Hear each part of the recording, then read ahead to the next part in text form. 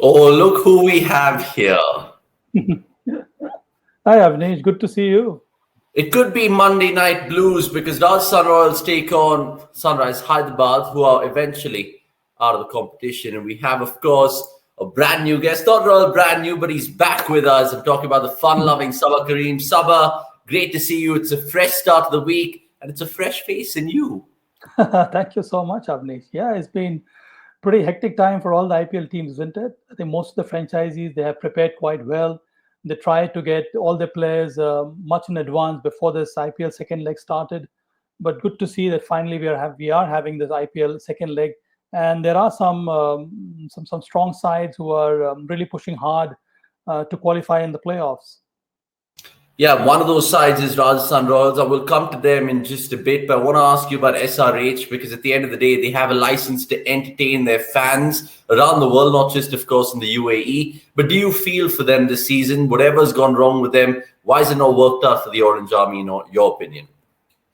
Yes, Avnish, it must be a very tough phase for Sunrisers because of the past 2, 3 seasons, they have put together a solid combination, and most of the players have performed quite well. This season, unfortunately for them, things have really gone really down in the dumps. More so because all the quality players are not performing. Look at David Warner, look at Kane Williamson, no runs at all from them, especially in the second leg. And then you have some of the experienced players who have not come up to the mark. Someone like Bhuvneshwar Kumar has struggled to pick wickets with the new ball. And if you notice in the second leg of the IPL, all those two teams have been successful, who have had some strike bowlers with the new ball. Look at Delhi Capitals, look at CSK, look at even Punjab Kings, the way they beat Sunrisers in this previous game.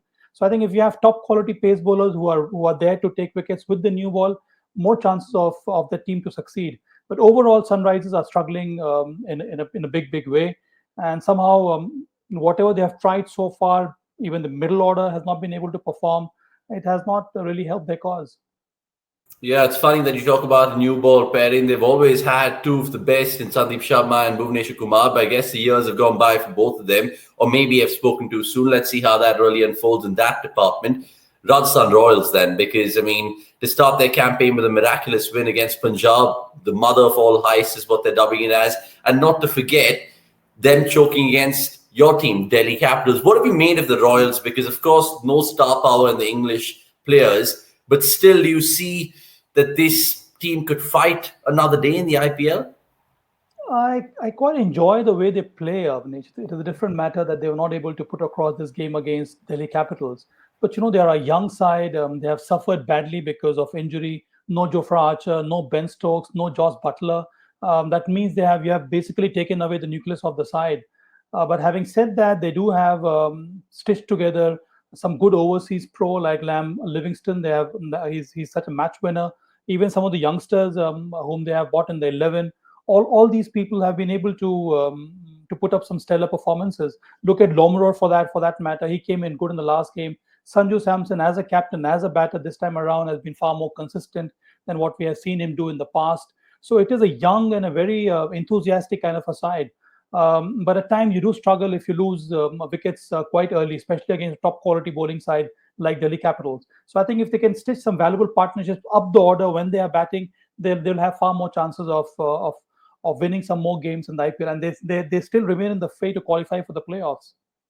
Yeah, absolutely. Because if Rajasthan Royal fans are watching this, remember a win on Monday could actually propel you to third, depending on how results go on Sunday, of course. So let's see how that all unfolds on Super Sunday. But it's a couple of valid points you mentioned about Rajasthan Royals. And one thing which stands out as a weakness, a blatant weakness, is the power play batting. And that's something that's not helped with them losing Josh Butler. They tried putting David Miller on top, Liam Livingston. It hasn't worked out. But it comes down to the question, if they really want some sort of chance in this IPL, it comes down to Liam Livingston and Sanju Samson, because those two are probably the only two capable of taking a game away from an opposition. Would you agree with that?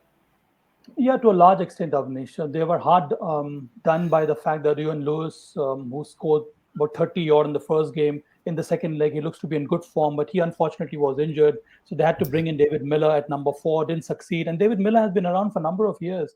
You expect an experienced batter like David Miller who has had international experience, who has had a number of years of IPL experience to come good. So if you, when you are sitting at the auction table and you have picked players on their credibility or on their credentials, then you expect these players to fire. And when they don't do so, there's nothing much the team management can do or the coaching staff can do. You can always offer some kind of an advice, in terms of temperament, in terms of calculative risk that you have to take. But in the end, it boils down to the individual's ability or the individual skill set to perform at these crucial junctures for their side. So yes, Lam Livingstone remains a dangerous player for Rajasthan Royals. He's batting up the order. I hope that Ewan Willis gets fit and comes back in the 11, so he will be able to replace David Miller. So I think that will offer more stability to Rajasthan Royals. But yes, I think Sanju Samson and the top 2-3 batters, they need to play a big role. Yeah, I'm glad you mentioned Evan Lewis's name because it was a head scratcher why he was left out. You mentioned it was an injury. People are saying other reasons, but let's get on to the predictions because the last time, remember, Saba Karim took on Crickletic's robot. I mean, Saba really put him to shame. So let's see if the robot comes back stronger because Saba is a smart man. He predicts really well and he can chuckle right now. But I'm telling you, there's a very serious guy in there. So don't be fooled by his smile, ladies and gentlemen. But having said that, predictions, because Crickletic is gone for Evan Lewis, Saba, a man that you mentioned. I mean, it's a strange one, this, because you have other batsmen in the mix. I know they haven't been firing from an SRH perspective, but would you go for an RR batsman, an SRH batsman to do well?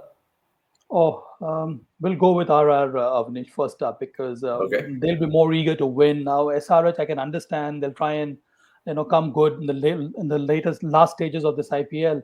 But having said that, I don't see too many players in form from SRH. So let me go with Rajasthan Royals. Yes, I think Owen Lewis is a good bet, but I'm very impressed with Livingstone. You have Sanju Samson, but let me go with Livingstone. I would like to place my bets on Livingstone because I've seen him play some incredible innings for England and in the hundreds and in the other global T20 league that he has played. So I would love to go with Livingstone this time around. Yeah, and I completely concur with your choice there. I disagree with our Crickletic's choice because I don't think Evan Lewis might get shoved straight back into that starting lineup. So let's see how that. Let's get some more spice, isn't it? Let's not. Absolutely. That's what is the name of the show, indeed. So bowlers, let's see if you go for a spicy pick like what Crickletic has gone for, which is Tabraiz Shamsi. Now he got 1 wicket, I think, the last time he bowled to the Delhi Capitals. How do you assess him? Because currently he's the number 1 bowler in T20 rankings in the world. Yeah, it's a different track. I know he played his first game for Rajasthan Royals. He seems to be extremely frugal. Plus, he's a wicket-taking bowler. But I'll back Rashid Khan once again. He's not been among wickets, but he's been extremely economical. And one reason why he's not been able to pick wickets is that all those who play against him, they are extremely cautious. But I think this time around, let's hope that Rashid Khan, in addition to being miserly, picks up some wickets also for SRH. Yeah, he's been miserly, all right, but the wickets is what matters. So Saba's gone for a bold shot there because normally people like to play Rashid Khan off, but let's see how that really goes about it. Before we get his prediction, I want to ask you guys back home watching this right now, and this is the goodie bag question that we invariably have for the fans, and we're asking you guys to answer this one before the game starts, which is who's going to be bowling the most dot balls in this match between Sunrisers and the Royals. Of course, it comes from Dubai, so put your predictions in and you can stand a chance to win a good goodie bag hamper from cricket.com. Let's just ask Saba from the top of his head. Most dot balls in this match. The man that you mentioned, Rashid Khan. Comes to mind, maybe Mustafizur. I think Rashid Khan, because as I said earlier, players are extremely wary when they play him. So they prefer to play some dot deliveries instead of trying to attack him. So more chances of him, getting some more dot balls. Yeah, and guys, if you feel free, you can copy Saba's answer because he, of course, has won multiple goodie bags in the past with us, so you guys can stand a chance. Having said that, though, Saba, it's the critical prediction. Rajasthan or Hyderabad, I can guess and decipher who you're going to go for, but I want you to put it in big and bold out there. I think SRH, they've lost their way completely. And I think now they would be waiting for the season to get over. They would be planning for the next season mega auction because 2 more teams are going to be added. I don't see that spark in Sunrisers anymore. So that is why my prediction would be Rajasthan Royals. They are still in the fray to qualify for the playoffs, and a win here would really help them to get into the top four. And there are so many teams who are stuck in that mid pool kind of thing for this season IPL. So I think one win here from Rajasthan Royals will help them get closer to the qualifiers. Let's see how it really goes about in Dubai with this one. And of course, finally, it is a quiz question that we invariably ask our guests. In Saba, we're going to put you to the test here. Remember, the last time these two locked horns in IPL 2021, it came, let me tell you the venue.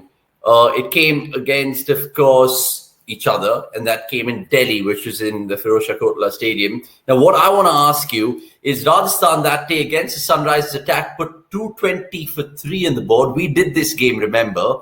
Who scored the 100 for Rajasthan that day? For Rajasthan, okay. Oh, God. It was 124. You spoke about it, and you were really chuffed with how it went about it at that point in time. I still remember till today. We're just asking you who scored 124 for Rajasthan. Was it Sanju Samson? Close. He scored 119 against Punjab. Oh, but okay. There's another man who's missing this year's IPL. Oh, was it Ben Stokes? No, he's not close. there at all. No. Oh God. Opener? Help me. Butler. Yes, that's the one. Butler it is. He smoked around the last time. It's a big name this time for Rajasthan Royals, isn't it? No Butler in the second leg. Ben Stokes, Jofra Archer. They are really poorer because of At one point in time, they had the riches of English cricket, and right now they just have Livingston. But that's another story indeed. But Saba Karim, it's been absolutely fun chatting cricket with you once again. There's many more previews to come, guys. So subscribe to the cricket.com YouTube channel. We're nearly 11K in terms of subscribers. So thanks so much for the love. And of course, Saba will be there throughout the IPL for all his thoughts as well. Until the next time, it's goodbye from him and me.